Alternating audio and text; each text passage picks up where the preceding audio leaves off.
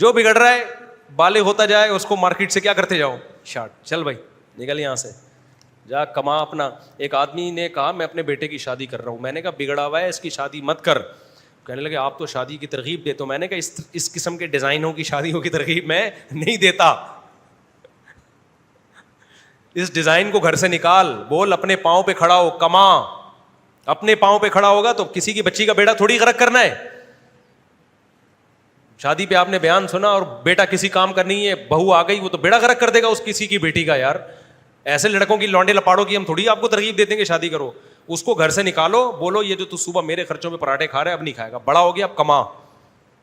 جب ذمہ داریاں ڈلیں گی تو کمائے گا, اور پھر 10-20 سال کے بعد کروڑ پتی بن جائے گا وہ.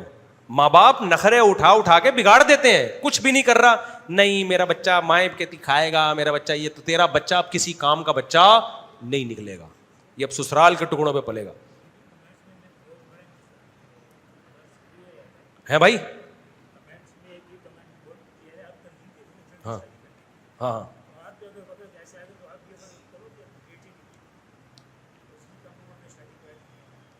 تو کرتی ہے, میں نے تو کی ہے اپنی بچی کی. تو اپنی بچی کی میں نے بالغ ہوتے ہی شادی کی ہے. تو یہ کہہ رہے ہیں آپ پر وقت ایسا آئے گا آپ اپنے بچوں کی عمر میں شادی کرو. میں تو کر چکا ہوں اپنی بچی کی شادی.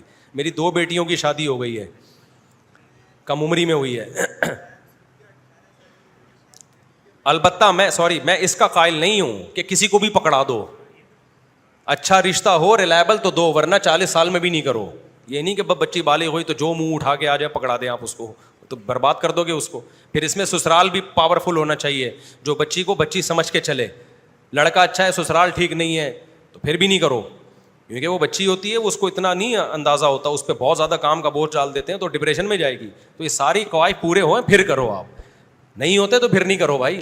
اور لڑکا جو لونڈا لپاڑا ہے نا بیٹا, تو بیٹے میں یہ ہے کہ بالغ ہونے کے بعد اگر اس میں محنتی ہے, وہ اپنی ذمہ داریاں پوری کرتا ہے, پھر اپنے خرچے پہ کرو شادی. اگر نالائق ہے پھر اگر اپنے خرچے پہ کر دی نا تو اور پوستی بن کے پڑ جائے گا. وہ ایک ہی کام تھا وہ بھی ہو گیا, بچے دبا کے پیدا کرے گا میرا بیان سن کے, کیونکہ ذمہ داری کس نے سنبھالی ہوئی ہے, ابا نے. تو اسپیڈ کو فوکس کرے گا وہ. اب ابا کہے گا یار میں نے تجھے بھی پال پوس کے بڑا کر دیا, بہو کو بھی کم وقت میں کھلا رہا ہوں, آگے تیری نسلوں کو بھی میں کھلا رہا ہوں, تو کس کام کا ہے. تو پھر وہ میرے بیان کا حوالہ دے گا, دیکھیں مفتی صاحب نے کہا نسل کیا کرو, اسپیڈ بڑھاؤ. تو اس لیے ایسے بچے کی شادی نہ کریں تو جو ذمہ دار نہ ہو, جو ذمہ دار ہو اس کی کریں, اپنا بھی اس کسی اور کی بچی کا بیڑا نہ غرق کروائیں. آپ سمجھتے ہو کہ نہیں سمجھتے؟ اچھا میرے بھائی, تو ہر سلکم میں اللہ نے عورت کی تعظیم کی ہے, توہین نہیں کی. ہرس کہہ کے ہندوستان سے مہمان آئے, ہم سے ملنا چاہتے ہیں, ہندوستان میں بہت سے چاہنے والے ہیں بھائی, ادھر ہی آ کے مصافحہ کر لیں. کہاں جلدی سے آ جائیں. مفتی صاحب ایک عالم کے لیے فراغت کے بعد کن کتابوں کا مطالعہ ضروری ہے؟ السلام علیکم, کیا حال ہے؟ ٹھیک ٹھاک. کہاں سے آئے ہیں؟ گجرات سے. ماشاء اللہ ماشاء اللہ, اللہ آپ کی عمر میں برکت دے. انڈین میری زبان بھی اب چینج ہوتی جا رہی ہے, جزاک دل سے دعا ہے.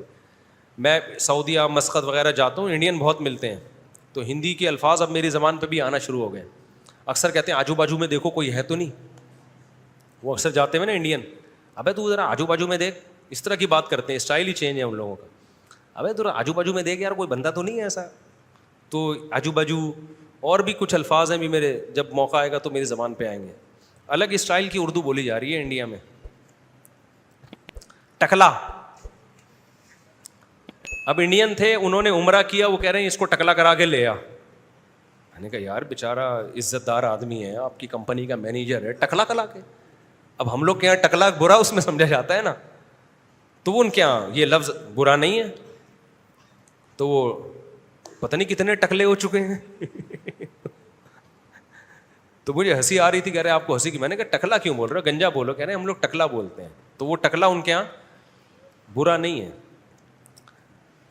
ان کے آجو بازو میں جو بھی ہوتے ہیں نا ٹکلے ہی ہوتے ہیں, اس کو وہ گنجا نہیں کہتے وہ لوگ. اچھا بھائی, ایک عالم کے لیے فراغت کے بعد, کہ بھائی ہر عالم کا الگ ہے, اتنی ساری کتابیں ہیں, کون سی کتابیں پڑھوائیں اس کو, کیا کیا نہیں پڑھا اس نے تو وہ پڑھوائیں گے نا.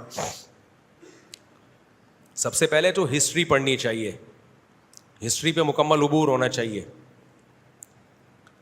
اچھا بھائی ختنے نہیں ہوئی تو پہلے ختنے کروائیں, شادی کروائیں. ابے پہلے ختنے کرا لے میرے بھائی. لڑکی بولے کہ کسی ہندو سے شادی ہو گئی ہے, کون ہے یہ, پہلے ختنے کرا لے. اور اب تک کیوں نہیں کرائی؟ پیسے نہیں تھے, غربت تھی, مہنگائی تھی یار. اچھا فارا قیامت مسلمانوں پر آئے گی یا کافروں پر؟ سب پر آئے گی بھائی. اللہ میں قیامت کی اللہ کیوں سے بچائے. لاہور سے آیا ہوں, میرے بیٹے کی 2 بچیاں ہیں, شادی کو 6 سال ہوئے ہیں. اس کی مرضی, بہو کو اس کے والدین کے پاس چھوڑ دیا. کھانا پینا تمام اخراجات والدین کرتے ہیں. آئے دن گھر میں جھگڑا, بدتمیزی, رات دیر تک سونا, صبح دیر سے اٹھنا وغیرہ اس نے پیشہ بنا لیا ہے. لڑکا محبت کرتا ہے, اس کو چھوڑنا نہیں چاہتا. ہماری بہو اس کے ساتھ رہنا نہیں چاہتی, خلا کا کہہ رہی ہے. میں پریشان ہوں, ہمارا بیٹا سب سے بڑا ہے اور لڑکی بھی بڑی ہے اور بچیوں کا بہت صدمہ ہے. ہم کیا کریں؟ 6 ماہ سے گھر آنا جانا نہیں ہے. دیکھیں تو پرسنلی مشورہ تو بڑا مشکل ہوتا ہے کسی کو, کیا کریں ایسے. دعا کر سکتا ہوں فی الحال تو میں. پورے حالات جب تک کسی کے سامنے نہ آئے, آپ ٹائم لے لیں. یہ عثمان بھائی ہیں نا ایڈمن, ان سے نمبر لے کے ٹائم لے لیں. جو میرا ٹائم فارغ ہوگا اس میں یہ آپ کو ٹائم دے دیں گے, تو پھر آپ مجھ سے مشورہ کر لیے گا پورے حالات بتا کے. غیر مسلم لوگ یہ بڑا اعتراض کرتے ہیں. اچھی ہو گیا جواب. 70,000 کون لوگ ہیں جو بغیر حساب کے جنت میں جائیں گے؟ جو اللہ پہ کامل توکل کرتے تھے, تعویذ گنڈوں سے بچتے تھے, روحانی عاملوں کے پاس نہیں جاتے تھے, کامل توکل والے لوگ.